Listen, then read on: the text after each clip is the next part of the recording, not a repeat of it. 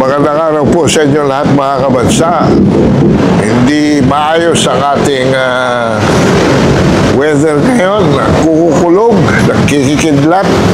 Mukhang galit ang langit sa nagyayari sa Pilipinas. Sa mahal nating ilang bayan ngayon. Katatapos lang natin ng 2025 elections, mga kabansa. At dito nakita natin na despite the overwhelming capability of the present administration to deliver funds for its campaign for Alyansang Bagong Pilipinas, or what I call Alyansang Bagoong, mga kabansa, ay 5 lamang doon sa kanyang ticket ang nagwagi bilang senador. At hindi pa rin natin masasabi doon sa 5 na yun. Dahil yung 3 talaga namang re-electable. Tanyag. And I'm talking about Pia Cayetano, I'm talking about Tito Soto, I'm talking about Ping Lacson. So 2 lang talaga mga kabansa ang nabitbit ng BBM.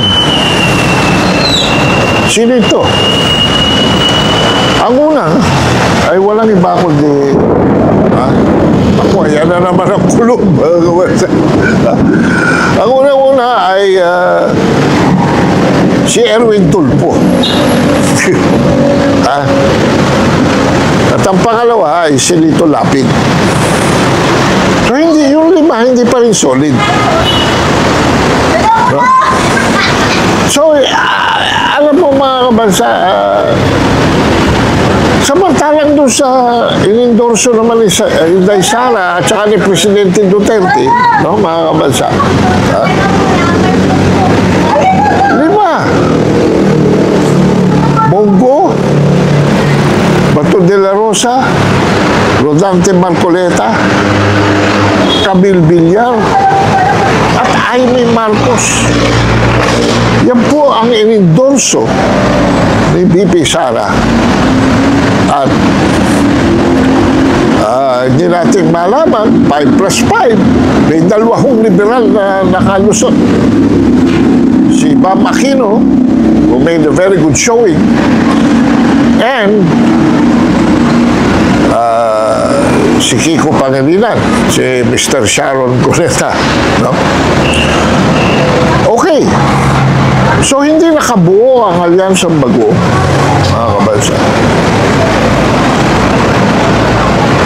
Ngayon, may 50,000 po na nag-register for late absentee voting. At ang 90% po dyan ay mga sundalo at kapulisan. Members of the Philippine National Police and the Armed Forces of the Philippines. 90% po nung 50,000 ngayon ang bumoto. In other words, 45,000.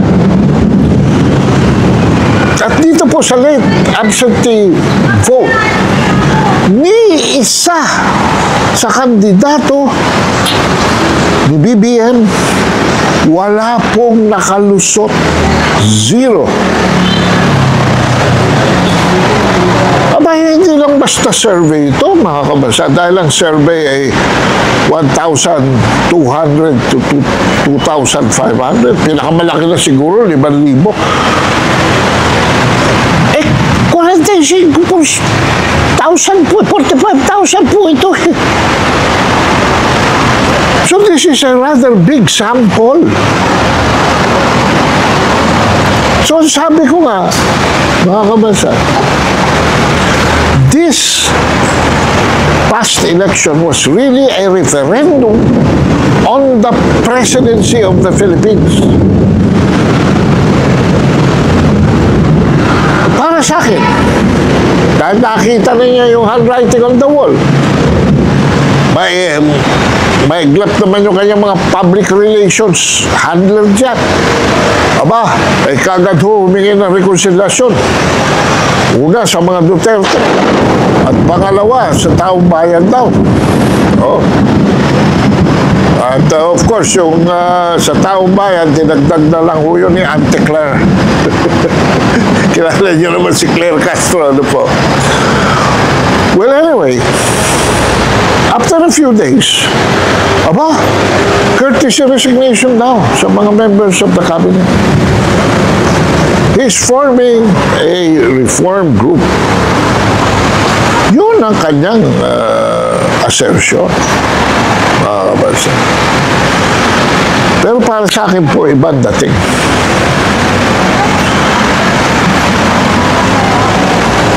I think at this point, the President must seek a new mandate from the people. A new mandate from the people. Hindi po ako naniniwala sa courtesy resignation ng mga kabinete niya. Abay, ang problema po natin, ekonomiya, anong una niyang retain? Yung economic team. Pangalawa, ang problema natin is trust and confidence of the government. Sino sinunod niya? Yung kidnapping team. Yung dalawang Rimulya. At ginawa pa niyang chief of police. Si Nicolas Torre. Aba, dalawang bituin po ang nilaktawan. 2 stars. Kaya ngayon ay there is a seething instability, especially among the ranks of the Philippine National Police. So ang dating po sa akin itong late absentee voting na ito, this is really a withdrawal of support from the presidency by no less than the uniformed personnel of this country. So he has 2 choices. Pwede siya mag-seek ng new mandate. Katulad ng ginawa ng kanyang ama, tumawag siya ng snap election. O di kaya, kung talagang wala naman siya ibumuga, ayan, galit na galit po ang himpapawid. Narinig nyo naman, no? Kung wala na siya ibubuga, siya ang mag-render ng courtesy resignation. Hindi po ba? At kung hindi niya gagawin yan, alam ko po na meron ng nagprepara ng draft for his impeachment at ito ay isusumite sa 20th Congress. Mga kabansa. At pasikip na po ng pasikip ang mundo ni Bongbong Marcos. So ang aking recommendation, Mr. President, while you are ahead, while you are still ahead, prevent yourself from exiting horizontally from our midst. Hindi mo na kaya. Taas na kamay. Ang iyong ama,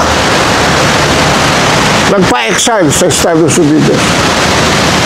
Alam niya na point of no return na. No?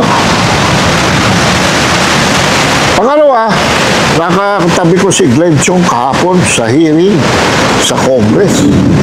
Aba, may theory siya.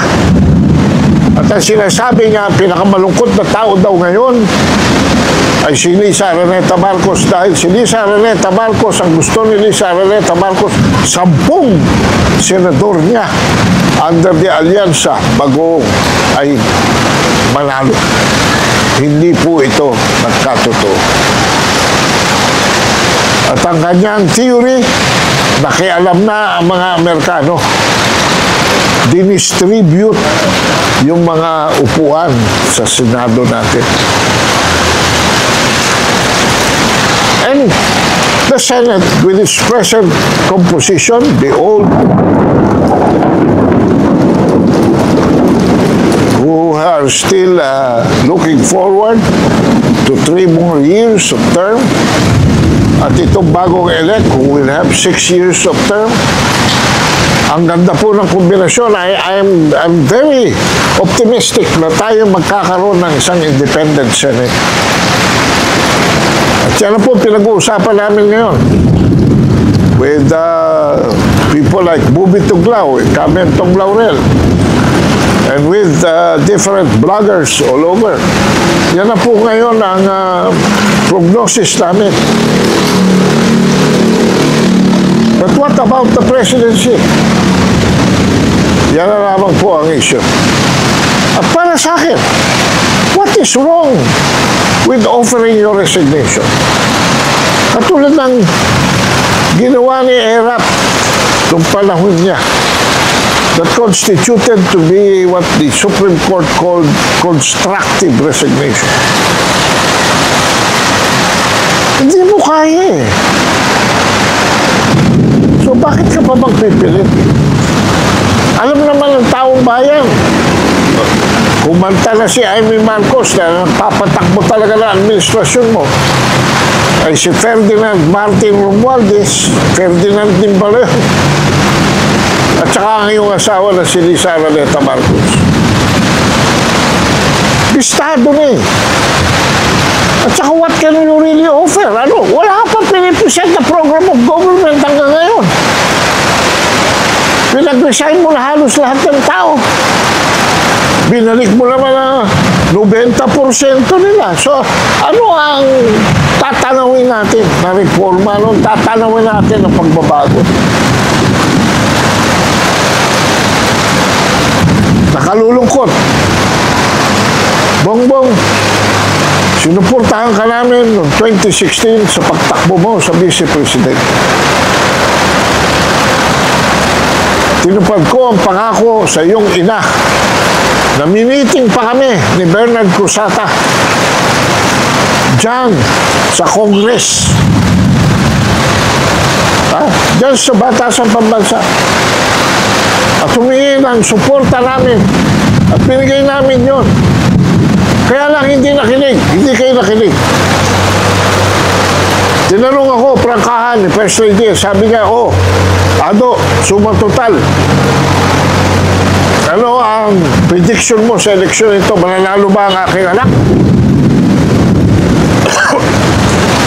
Excuse me. Ang sabi ko, ma'am, I'm sorry to say, hindi po. Tinanong niya ako, bakit? Smartmatic po. Hindi kayo nakinig nun eh. Ginamit ko Smartmatic, 2022 na.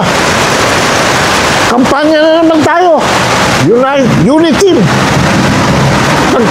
Labas pa ako ng libro to support your candidacy. Pero sa ngayon, with all due respect, hindi ko na maitutuloy ang suporta ko sa iyo. At buong-buo yung Marcos loyalist na binuhay namin ni Bernard Cruzata, i-deliver namin kung kanino mang kandidato na makapag masusunod ang welfare ng sambayanang Pilipino. We are living in crucial times. Ang epekto ng inflation ay napakalaki na. Baka hindi na ito ma-reverse kung magtatatlong taong ka pa. So with all due respect, dalawa lang ang choices mo ngayon. Either call for a snap election and seek a new mandate, o pangalawa, yourself render a courtesy resignation. Yan na lamang po. At lahat ng mga nakikinig dito, palagay ko, will agree with me. Mag-subscribe po kayo mga kabansa at Ado Paglinawan at sumubaybay kayo sa mga susunod pang kabalata. Maraming salamat po.